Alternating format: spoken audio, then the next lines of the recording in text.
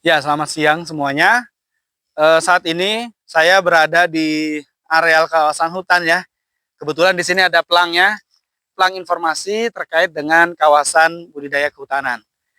Yang membuat pelang ini adalah Dinas Kehutanan ya, yang tentu saja bekerja sama dengan PT Rencana Mulia Baratama. Pelang ini menginformasikan bahwa areal ini adalah areal kawasan hutan yang sebenarnya masuk dalam kawasan izin pinjam pakainya kawasan hutan milik PT Rencana Mulia Baratama ya. Jadi ini ada pelang informasi sebenarnya bagi perusahaan tujuannya ini adalah pelang yang kemudian menyampaikan informasi. Tetapi bagi petani yang berada di sekitar sini yang menanam kelapa sawit ya, eh, itu ini bukan sebuah informasi, tetapi merupakan sebuah ancaman. Sebelum adanya perusahaan itu, masyarakat sudah menanam sawit.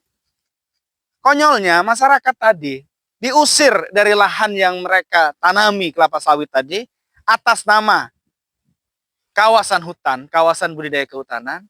Di sisi lain kemudian perusahaan-perusahaan batubara diberikan ruang untuk kemudian meminjam dan memakai kawasan budidaya kehutanan ini untuk dieksploitasi batubaranya. Dengan harapan negara itu bisa untung. Sementara inti dari keuntungan negara itu adalah kesejahteraan rakyat. Bagaimana kemudian kita bisa berbicara tentang keuntungan sebuah negara di tengah nafkah rakyat yang kemudian atau kesejahteraan rakyatnya direnggut. Dan baru-baru ini ada sebuah kebijakan Perpres nomor 5 tahun 2025 yang terkait dengan penertiban kawasan hutan. Perpres ini kemudian menyatakan bahwa tiga hal yang dilakukan dalam konteks penertiban kawasan hutan. Pertama, negara akan memberikan denda atau sanksi administratif ya kepada siapapun objek hukum yang kemudian menanam secara ilegal di kawasan hutan yang bukan peruntukannya. Termasuk di dalamnya adalah masyarakat. Karena sampai hari ini pemerintah tidak memberikan klarifikasi bagaimana ketika masyarakat menanam di kawasan hutan, bukan perusahaan besar. Kedua, setelah kemudian diberikan sanksi administratif, areal tersebut akan diambil alih oleh negara. Kemudian dikelola kembali oleh negara.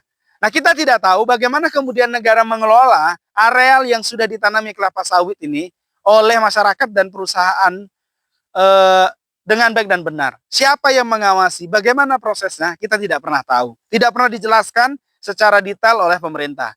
Perpres ini dibuat, Satgas dibentuk, kemudian langsung bertindak di lapangan.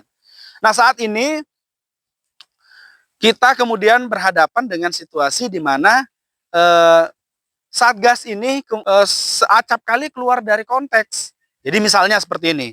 Kan pada dasarnya sebenarnya harapannya yang dilakukan identifikasi adalah perusahaan besar dulu. Perusahaan besar lakukan identifikasi apakah ada di antara izin perusahaan itu yang keluar dari HGU-nya dan masuk di dalam kawasan hutan. Nah, jika ada maka itu akan kemudian dilakukan penertiban kawasan hutan. Nah, sekarang Satgas ini kemudian berusaha untuk mencari celah bahwa perusahaan ini dipastikan tidak menerima TBS dari kawasan hutan. Jadi ya petani-petani yang kebunnya di kawasan hutan ini juga kemudian diidentifikasi. Oh, ternyata perusahaan A itu menerima TBS di kawasan hutan dari petani swadaya. Sebenarnya sejak lama secara legal perusahaan itu tidak menerima TBS di kawasan hutan. Secara perjanjian kerjasama tidak ada perusahaan yang berani menyatakan secara terbuka di dalam perjanjiannya bilang menerima buah dalam kawasan hutan. Ya. Tetapi faktanya di negara ini tidak ada satupun pabrik kelapa sawit yang tidak menerima TBS di kawasan hutan. Semua pabrik pasti menerima TBS dari sumber yang bersumber dari kawasan hutan. Boleh kita cek, boleh kita identifikasi bersama. Jadi sebenarnya negara bertindak kejam kepada masyarakatnya dengan cara-cara yang naif gitu loh.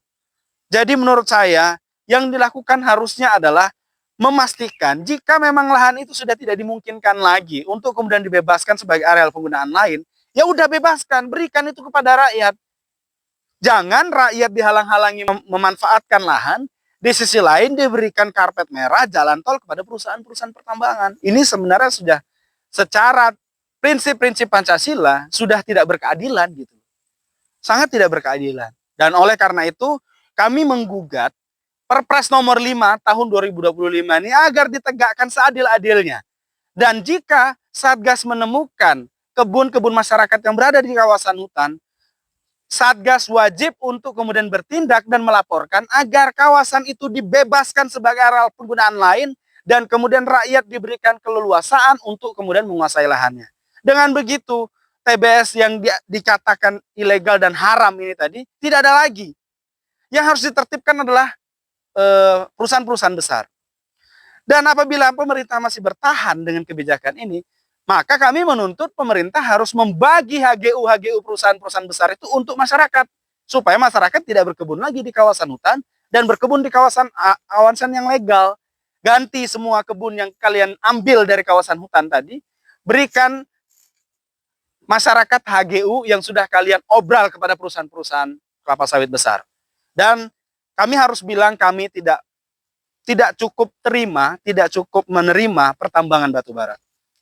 Karena bagi kami kesejahteraan bisa diraih tanpa harus merusak isi bumi ini. Terima kasih. Assalamualaikum warahmatullahi wabarakatuh.